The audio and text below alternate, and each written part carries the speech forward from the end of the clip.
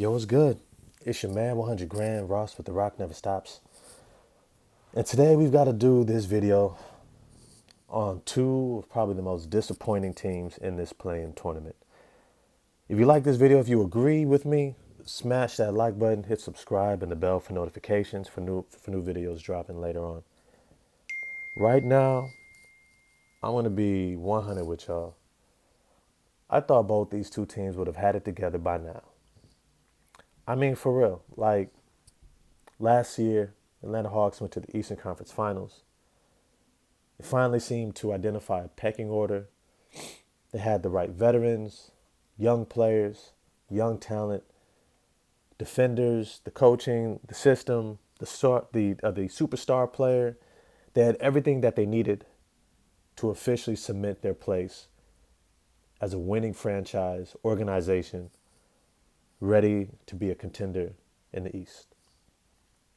And this year, I'm going to be honest with you, like, I don't even think this was a Nate McMillan coaching thing. I mean, you can kind of maybe point to it, but I'm going to be honest with you, like, they simply weren't making shots. Like, I've never seen guys who were more known for shot making, and specifically Bogdan Bogdanovic, Danilo Gallinari, Kevin Herter. These dudes could not shoot. I'm talking about Trae Young coming off a pick and roll, slinging the ball, picture perfect, across the court, wide open, three-point line, brick. Kick out, penetration to the corner, brick. Fourth quarter, down one, chance to go up two on a wide open three, brick.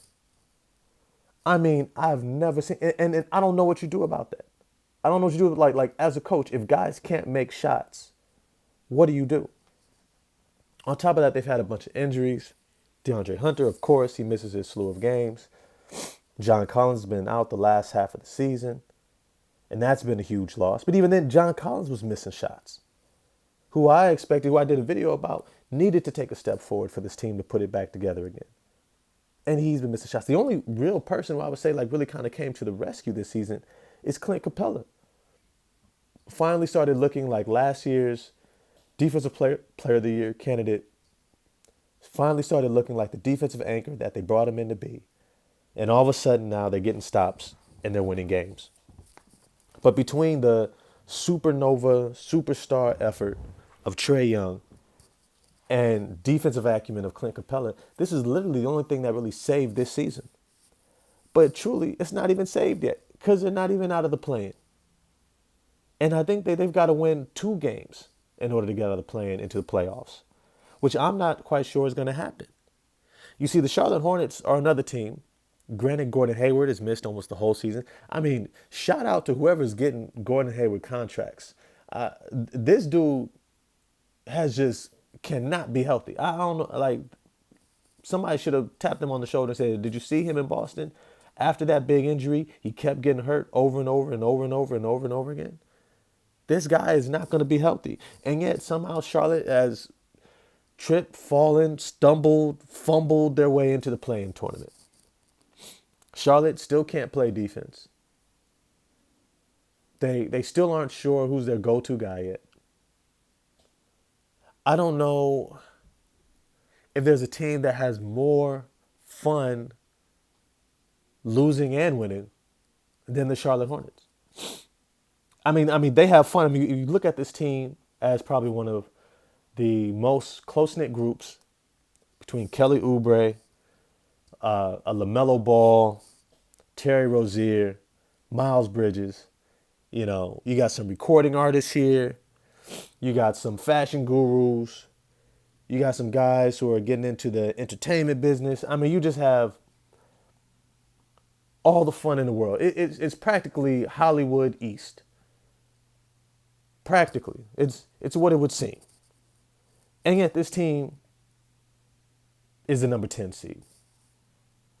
This team barely struggled to get into the play-in. They haven't figured anything out yet. They still have a huge hole at center.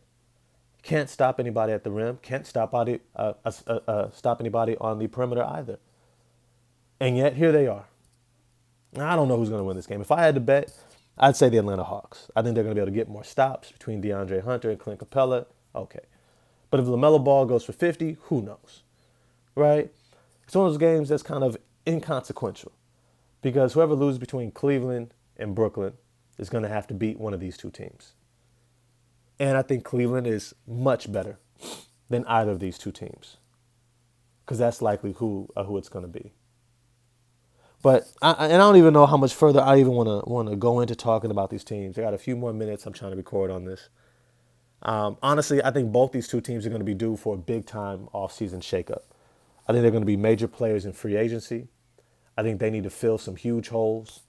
Atlanta needs to find a consistent number two option, somebody that they can rely upon to drop 20, at least 20 points a game to play next to Trae Young.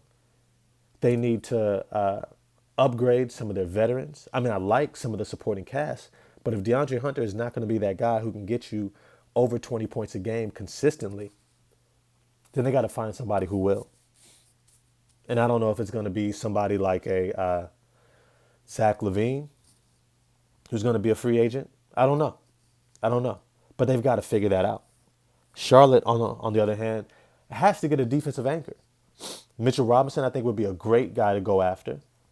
They need to somehow try to unload Gordon Hayward's contract, even if they got to ship him to Oklahoma City, where they just don't mind taking on bad contracts because they're trying to develop young guys.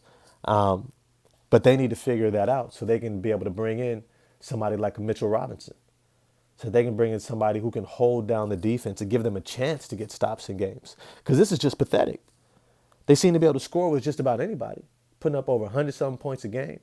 They can shoot threes. They can get to the basket. They got all the flair in the world. But if you ask them to get one stop to save their lives, shoot, I don't even think that they believe they can do it. P.J. Washington, I like his shift into the starting lineup because he's one of the better defenders, smarter players. And now that he's shooting that consistent three, really opens things up. But it's not who they can rely upon as a defensive anchor. And so as they figure it out, the Hawks are figuring it out too. You know, they've got some young guys. They still have some potential on this team. I thought they got rid of Cam Reddish a little bit too early, even though Kevin Knox looks like he might be a better addition. But it's to say that both these two teams are still figuring it out. And so who's going to win? Who knows? Is it going to matter? I doubt it. I'm curious to see what they do in the offseason, but I'm also curious to know what your guys' perspective is. What do you guys think? Who's going to win this game? Charlotte? Atlanta? Who do you think is going to have a big game to put them over the top? Do you think that they can get out of the second matchup of the play-in and actually get into the playoffs? You let me know. I'm going to holler at y'all next time. Smash the like button for me. It helps with the algorithm. And I'll see y'all next time. Peace.